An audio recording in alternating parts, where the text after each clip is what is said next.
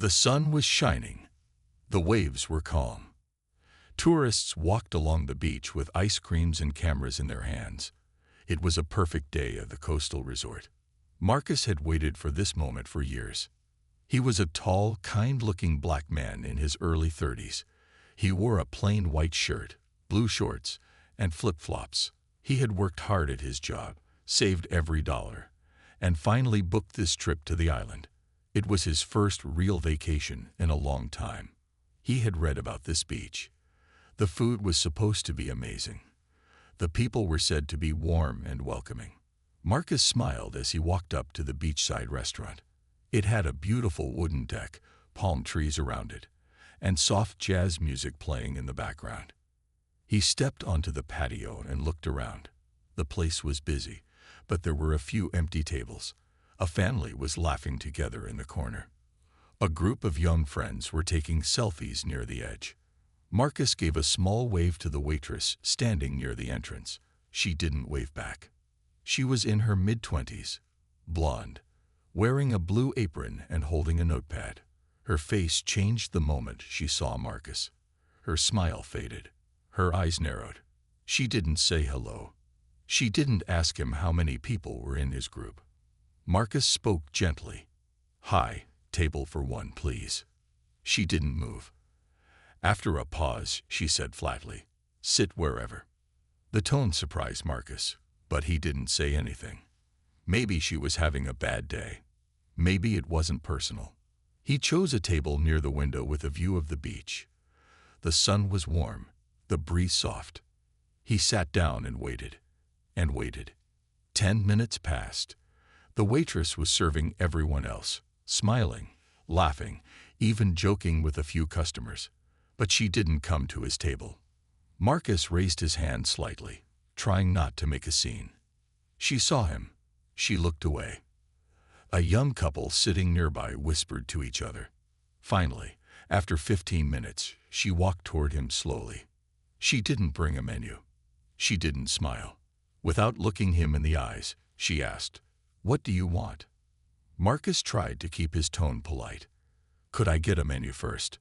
She sighed loudly. "We're busy." He looked around. "Everyone else has one." She crossed her arms. "Why don't you just order something simple?" Marcus felt a strange tightness in his chest. He was confused. Was he doing something wrong? Still calm, he asked, "Is everything okay?" That's when she leaned in, close enough so only he could hear. Her voice was cold. "You should go back to Africa." For a second, time stood still. The music didn't stop, but it felt like it had. The waves kept rolling, but Marcus didn't hear them anymore. His heart pounded. He couldn't believe what he had just heard. He looked at her, shocked. She stared back like it was nothing. Across the room, a little girl had dropped her spoon. Her eyes were wide. She had heard it. So had her mother. The woman grabbed her daughter's hand tightly. People were now turning to look. Marcus sat still. He didn't shout. He didn't cry. He didn't move. Inside, something was breaking. Not because of the words, but because of the silence that followed. No one said anything. No one stood up. Not yet. The waitress rolled her eyes and turned around, walking back toward the counter like nothing had happened. Marcus sat alone at the table. His hands were on his lap. His head was slightly down, but his eyes were watching everyone. He was not angry. He was disappointed. Deeply. That's when a chair moved in the far corner of the restaurant. An older woman, wearing a red shawl and dark sunglasses, stood up. She looked around the room, then at Marcus. She slowly walked across the floor. Step by step. Nobody knew who she was. The waitress didn't notice her. Marcus looked up. The woman's face was calm, but her eyes were full of fire. She stopped at Marcus's table and softly said, "You don't have to say anything, son. I've seen this before." The whole room turned silent. People were now watching. Phones were coming out. The waitress turned back toward the table, confused by the attention. But it was too late. Something had started. and it wasn't going to end quietly. The room was quiet now. Not the peaceful kind of quiet, like the sound of waves or a breeze. This was heavy silence, the kind that fills a room after something wrong has been said, but no one wants to be the first to speak. Marcus sat at the table, still calm on the outside. But inside, he was holding a storm. His fingers were locked together. His back was straight. His heart still pounding. Across from him stood the old woman in the red shawl. Her face was serious. Her eyes were locked on the waitress, who was slowly walking back toward them. The waitress looked confused, maybe even a little nervous now. People around the restaurant were whispering. A man at the bar leaned forward. A mother clutched her child closer. Even the cook behind the open kitchen window had stopped chopping vegetables. All eyes were on Marcus and the two women. The waitress forced a laugh. "Is there a problem?" she said loudly, as if trying to take control again. The old woman didn't move. She spoke clearly. "Yes, the problem is what you said to this young man." The waitress rolled her eyes. It was just a comment. Not everyone needs to be so sensitive. The old woman tilted her head. "Sensitive? My dear, I've lived through days when people like you didn't even bother to whisper their hate. Now you say it with a smile and call it a joke." Marcus looked at the woman, surprised. She didn't know him. She had no reason to defend him. But here she was, standing in front of him like a shield. The waitress laughed again. But this time, no one else joined in. The little girl from earlier whispered something to her mom. "Why is that lady so mean to the nice man?" Her mom didn't answer. Her face was pale. Then, something strange happened. A young man in his 20s stood up from the corner. He wore a hoodie and had headphones around his neck. "I heard what she said," he said loudly. The waitress turned to him. "Mind your own business." The young man didn't sit down. "This is my business." Everyone here heard it. And nobody said anything. "Why?" Now others were nodding. A middle-aged woman near the door stood up next. "I felt sick when I heard it," she said. "But I didn't know what to do. I didn't want to cause trouble." The waitress's voice rose. "This is ridiculous. You're all turning against me now." But something had shifted. People were no longer afraid to speak. The old woman turned back to Marcus. "What's your name, son?" "Marcus," he said softly. She smiled gently. "My husband's name was Marcus too." That caught his attention. She reached into her purse and pulled out a small old photo. In it was a black man in army uniform, strong, proud, standing next to a young version of her. The photo was faded, but the love was clear. This man saved lives, fought in wars, built a home for me when we had nothing. And do you know what he was told when he first came to this town? She looked at the waitress. "Go back to Africa." The waitress froze. "This isn't about jokes," the woman said. "It's about hate hiding behind smiles. And today, you picked the wrong man to hate." Marcus was speechless. He didn't want drama. He didn't come to argue. But now the truth was in the open. And the crowd was no longer silent. Someone near the back yelled out, "Call the manager." The waitress turned pale. "Please, let's not blow this out off." But she was cut off. A group of customers stood up at once. "We want to speak to the manager." Phones were out now. Cameras recording. The moment was spreading. The crowd was no longer afraid of looking rude. They had seen real rudeness, and they weren't okay with it.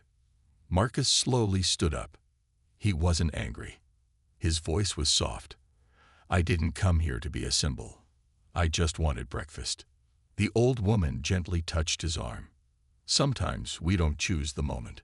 The moment chooses us." Then, through the side door, a tall man in a black vest rushed in. It was the manager. He looked confused. "What's going on here?" Before anyone could speak, Marcus stepped forward. Calmly, strongly, he looked the manager in the eye and said, "Ask your staff what she said to me. Then ask this room if they heard it too." The manager looked around. All hands pointed to the waitress. All phones were aimed at her. She tried to speak, but no words came. The manager's face changed. And in that moment, Marcus knew. The silence was over. And justice was beginning. The manager stood frozen. He looked at the waitress, then at Marcus, then at the crowd. His voice was low. What exactly happened here? Nobody answered at first. The tension was thick, like a rope pulled tight. Then came a sound. Click. Click. Phones recording. Cameras focused. A tourist near the back lifted his hand. I filmed part of it. The manager turned. Let me see it. The man played the clip. It wasn't long, but it was enough. The waitress could clearly be heard. Her words hit the air again like a slap. You should go back to Africa. The room reacted again, even though they had already heard it. It sounded worse when replayed. Colder, clearer, unforgivable. The manager's face went pale. His jaw tightened. He turned to the waitress. Did you say that? She didn't speak. I said, did you say that? She looked around like she was searching for help, but no one was on her side now. I didn't mean it like that, she finally said. I was frustrated. He was being difficult. Marcus didn't move. He didn't need to. The crowd spoke for him now. No, he wasn't. He was polite. He just asked for a menu. He was nicer than you. One by one, voices rose. Strangers who didn't even know Marcus were now defending him, speaking truth. A wall had broken, and the flood was here. Then the old woman in the red shawl stepped forward again. She looked directly at the manager. What are you going to do about it? The manager looked nervous. His eyes scanned the room. Then he sighed and turned to the waitress. Give me your apron, he said. Her face changed. What? You're done. You can't fire me. This is just a misunderstanding. The manager's tone was final. You embarrassed this business. You insulted a customer, and now half the room has it on video. The waitress shook her head slowly, still trying to save herself. But it was over. The manager pointed to the back door. Leave. Now. She threw her apron on the floor and stormed out. The door slammed behind her. The sound echoed through the restaurant. And for a second, everything was still. Marcus stood there, eyes low. The crowd was watching him. The manager turned to him. Sir, I'm so sorry. I don't have words. Marcus nodded slowly. It's not just about me. The young man with headphones spoke up again. He's right. That kind of hate doesn't start here. It starts early, quiet, small. We all let it grow by staying silent.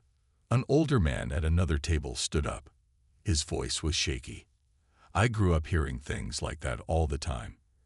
I didn't say much then. Maybe it's time I do. A woman added, we were raised to look away, to mind our own business. But look where that's gotten us. The crowd wasn't angry. They were waking up. The moment wasn't just about punishment anymore. It was about reflection. Marcus sat back down quietly. The old woman sat next to him. The manager stood awkwardly nearby. Please, the manager said, let me comp your meal. Anything you want. It's on the house. Marcus didn't respond right away. Then he said, I didn't come here for free food. I know, the manager said quickly. It's just, I want to make it right. You can't make it right with food, Marcus replied gently. You make it right by changing what you allow inside your walls. The manager looked down. He understood. A little girl walked over to Marcus's table, holding a small seashell. It was pink and white, smooth and shiny. She held it out to him. I'm sorry she was mean to you, she said softly. This is for you. Marcus's eyes softened. He took the shell with both hands and smiled. Thank you. This means a lot more than you know. Her mother nodded at him with tears in her eyes and guided her daughter back. The silence was now filled with something else. Hope. A tourist group from another country started clapping slowly. Then others joined in. It wasn't loud. It wasn't forced. It was quiet applause, like people honoring something they just witnessed and didn't want to forget. The old woman whispered to Marcus, "The first voice is the hardest, but once it speaks, others follow." He looked at her and smiled. "Thank you for being that voice." "No," she said. "Today, you were." Marcus stood again, not as a victim, but as a symbol, not by choice, but by truth. And outside the restaurant, across the beach, people were already talking, sharing, posting. What happened inside that little restaurant would soon become more than a vacation memory. It would become a story. And stories, when told honestly, change people. By the time Marcus stepped outside the restaurant, the wind had changed.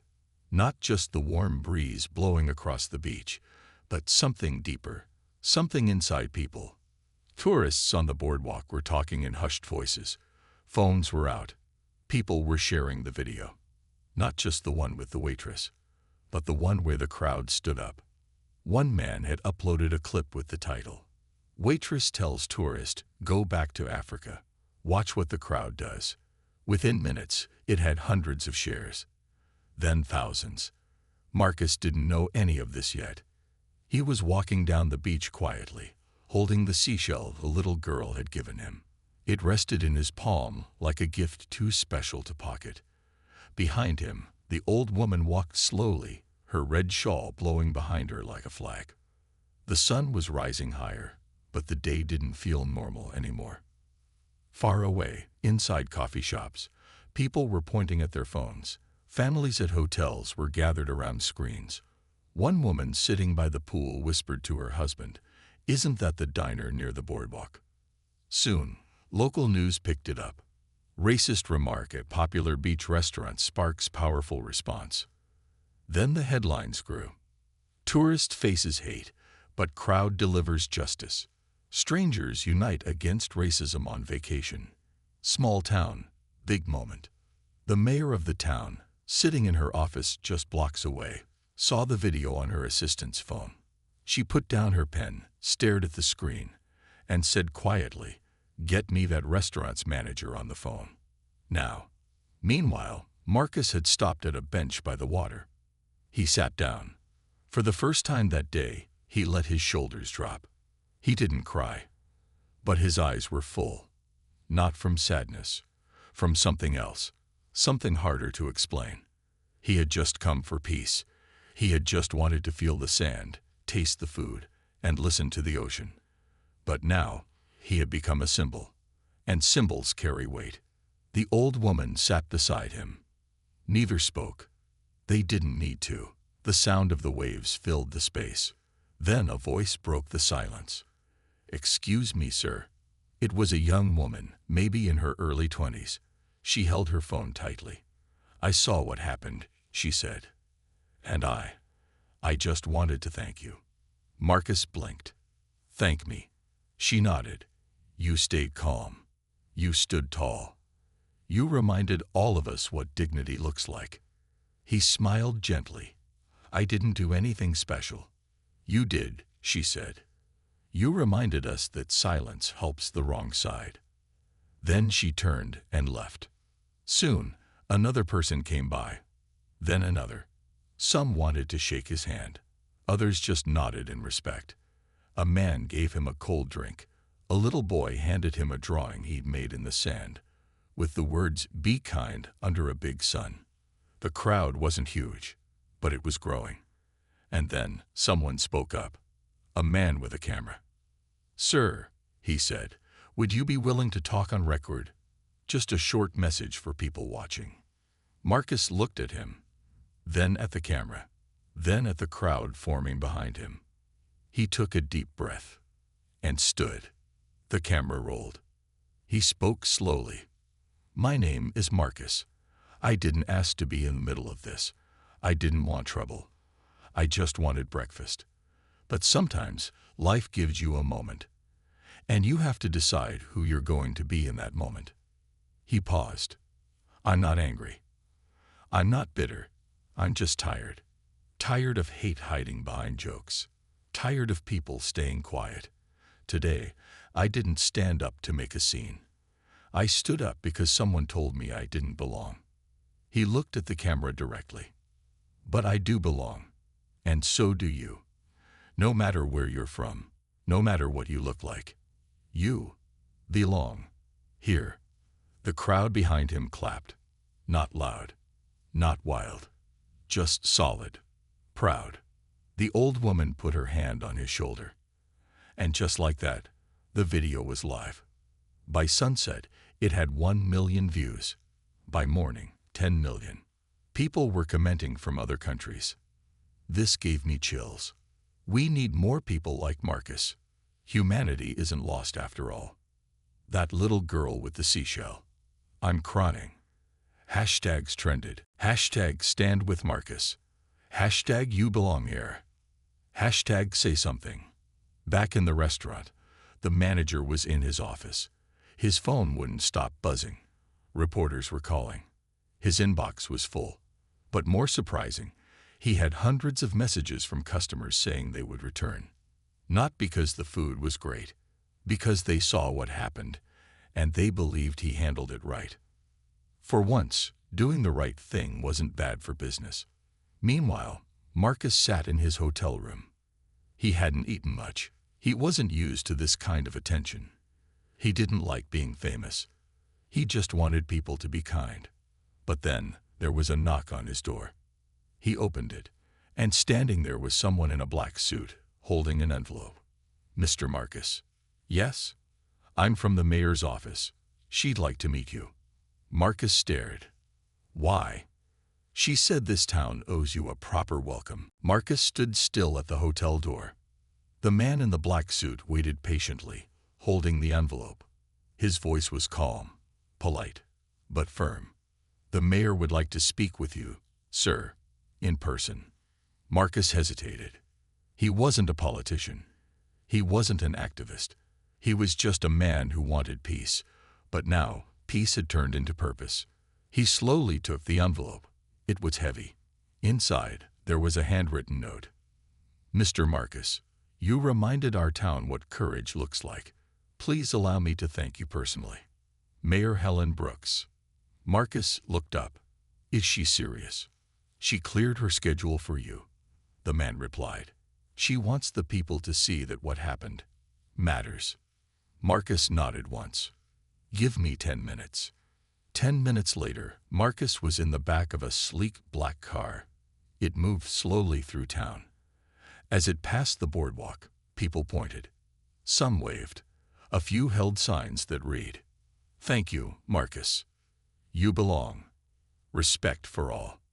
He didn't know these people, but somehow they knew him. At City Hall, a crowd was already waiting. Cameras flashed. Reporters stood in neat rows. A group of students held flowers. And at the top of the steps stood Mayor Helen Brooks. She was a tall woman in her 60s with kind eyes and silver hair pulled back into a neat bun. She stepped forward and offered her hand. Mr. Marcus, she said, welcome. Thank you for having me, he replied, shaking her hand gently. She turned to the press. Everyone, I want you to meet the man who reminded us that silence is not strength, and kindness is not weakness. The crowd clapped, not because they were told to, but because they meant it. Mayor Brooks continued, this town has struggled with its past. We've had moments we're not proud of. But today, something happened that made us look in the mirror. She turned toward Marcus. You stood up to hate. You did it without yelling, without fighting. You did it with grace. And now, people are listening. Marcus felt a tightness in his chest. This wasn't what he had expected. The mayor held up a folder. Inside this is a new town policy. Starting today, all hospitality businesses in this city must go through inclusion and respect training. It's not just a suggestion, it's law. The crowd murmured in surprise. Marcus's eyes widened. Because of you, she continued, this town will be safer, kinder, better. The mayor stepped aside. Would you like to say a few words? Marcus looked at the microphone, then at the crowd. His hands were trembling a little, but he stepped forward. "I didn't ask for this," he began. "I just came here for rest, for quiet. But sometimes life puts you in the middle of something loud, and you have to decide what kind of noise you want to make." He paused. "That waitress, she said something ugly. But the people around me, they answered with something beautiful. They didn't just protect me. They protected what's right." He took a deep breath. "We can't erase hate, but we can drown it with truth, with courage, and with love." The crowd clapped louder this time. A little girl stepped forward again. It was the same girl from the restaurant. She held a new seashell, blue and white. "This one's prettier," she said shyly. "You can have both." Marcus knelt down. "I'll treasure them forever." A woman standing beside the girl, her mother, whispered, "You've become a symbol, sir." And symbols change things. Later that night, Marcus walked alone by the water. The beach was quiet again. The stars had come out. The waves whispered like they were telling secrets. He held both shells in his hand now. He had not expected any of this. Not the waitress's hate, not the crowd's kindness, not the mayor's invitation, and definitely not becoming a national story. But here he was. And deep down, he knew this wasn't just his story anymore. It belonged to everyone who had ever felt out of place. It belonged to anyone who'd ever been told they didn't belong and needed someone to say, "Yes, you do." The next morning, Marcus sat in the hotel lobby, sipping tea. The shells rested on the table in front of him. He was tired, but calm. A few guests waved at him. One man gave a thumbs up. Another woman whispered, "Thank you for speaking up." But then, something shifted. A man in a dark blue polo stood nearby, pretending to scroll his phone. He wasn't smiling. He was staring at Marcus. Marcus noticed, but didn't react. The man leaned over a little and muttered, "All this over a joke." Marcus looked up. "I'm sorry." "You heard me," the man said, louder now. "You got a girl fired over a comment. You really proud of that?" A few heads turned. Marcus stayed still. "She humiliated herself," Marcus said calmly. "Not me."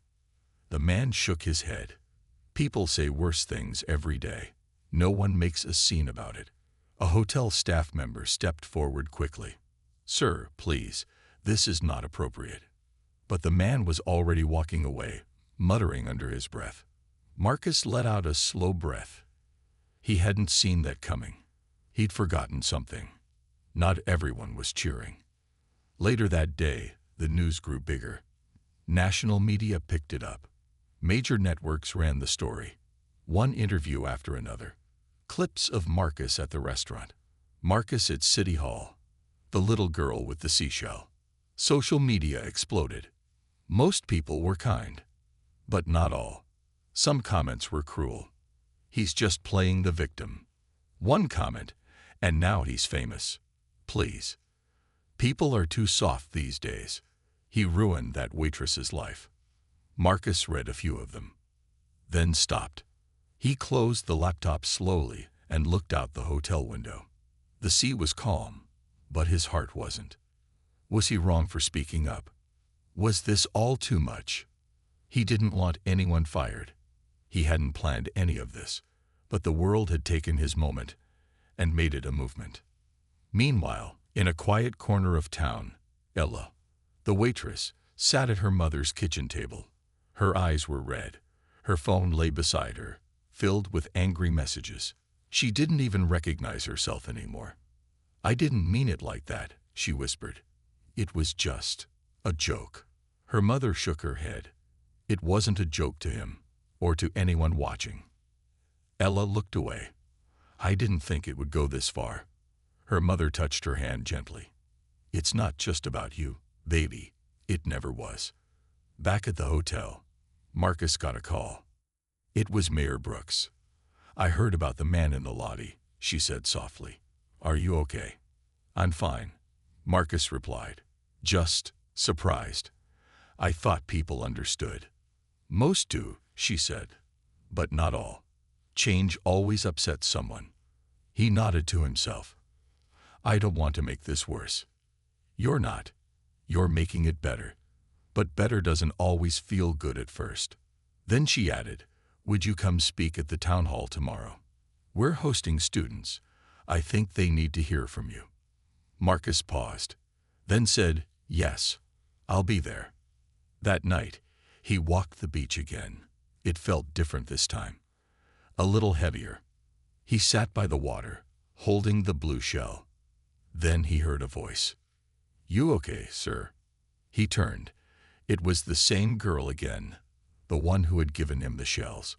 He smiled. I'm just thinking. About the mean man, she asked. He laughed softly. You saw that? My mom told me. She said some people don't like when other people shine. Marcus looked at her. Your mom is smart. She says when people get loud and mean, it's usually because they're scared. Marcus nodded. Scared of what? Of being left behind, she said. And with that, she ran off again, her little feet kicking sand behind her. Marcus looked at the waves. He wasn't just part of the story anymore. He was part of a storm. But maybe storms were necessary, because storms wash the dirt away. They shake the world up. They'd make room for something new. The town hall was full.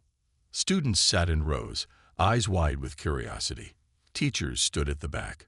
Some news cameras were hidden near the walls, but no one paid attention to them. They were all waiting for Marcus. The mayor stepped up first. She gave a short welcome and smiled at the young faces. Today, she said, you will hear from someone who turned pain into purpose, someone who reminded us how to be better people. Then she stepped aside. Marcus walked to the front, holding the 2 seashells in his hand. He looked around the room and took a deep breath. Hi, he began simply. I want to tell you a story. It's not about fighting. It's not about anger. It's about something that happened to me, and how one moment changed everything. The room was silent. Marcus shared what happened at the restaurant, the words that shocked him, the silence that followed, and the voice of a little girl who spoke up when adults didn't. He told them how strangers stood up for him, how kindness beat hate, how he never expected any of it. But then, he added, something else happened. Not everyone was happy. Some people said I was overreacting, that I ruined someone's life. He paused. I want to say something about that. Marcus held up the white shell. This shell was given to me when I was hurting. It reminded me I wasn't alone. Then he held up the blue one. This one came later. It reminded me that healing is possible, not just for me, but for everyone. He looked at the students. You will all see unfair things in life. You'll hear words that hurt. You'll see people being treated badly for how they look, where they're from, how they talk, or who they love. He stepped closer. When that happens, you have a choice. His voice softened. You can stay quiet, or you can stand up. A few students nodded. One girl wiped her eyes. Marcus smiled gently. Speaking up doesn't make you a troublemaker. It makes you brave. It makes you human. He stepped back. Because one voice can change a room. Then someone stood up. It was Ella. Yes, the waitress. She had come in quietly, sitting in the back with her mom. She wore no makeup, no apron, just a simple black dress and tired eyes. The room froze. Marcus turned, surprised, but calm. Ella walked forward, her voice shaking. I want to say something too, she said. Everyone watched. I was the one who said those awful words to Mr. Marcus. Gasps filled the room. I was angry that day. I was bitter. I thought I was making a joke. But it wasn't a joke. It was cruel. And I didn't realize how much damage a few words could do. She turned to Marcus. I'm sorry. Not just because people saw it, but because I finally saw it too. Marcus looked at her. Then slowly he held out the white shell. Ella stared at it. "I don't deserve that," she whispered. Marcus shook his head. "Maybe not yet, but maybe one day." She took the shell, holding it like it was glass. And for the first time, Marcus saw something in her eyes he hadn't before: remorse and growth. Later that evening, a photo went viral. It showed Marcus and Ella standing side by side, with the mayor and students behind them. One holding a white shell, the other a blue one. The caption read, "Hate started the moment, but forgiveness finished it." News outlets shared it everywhere. People didn't just talk about the anger anymore. They talked about the healing. They talked about how one man stood alone, and then wasn't alone anymore. A week later, Marcus packed his bags. His vacation was over, but he was leaving with more than just memories. As he walked out of the hotel, the receptionist smiled and handed him a note. It was written in a child's handwriting. "Dear Mr. Marcus, thank you for standing up. I told my class about you. We all want to be brave like you. P.S. The ocean misses you. Leela," the girl with the shells. Marcus smiled. He walked to the beach one last time, placed both shells gently in the sand, and whispered, "Let the waves carry this story." And then he walked away. But the story stayed forever.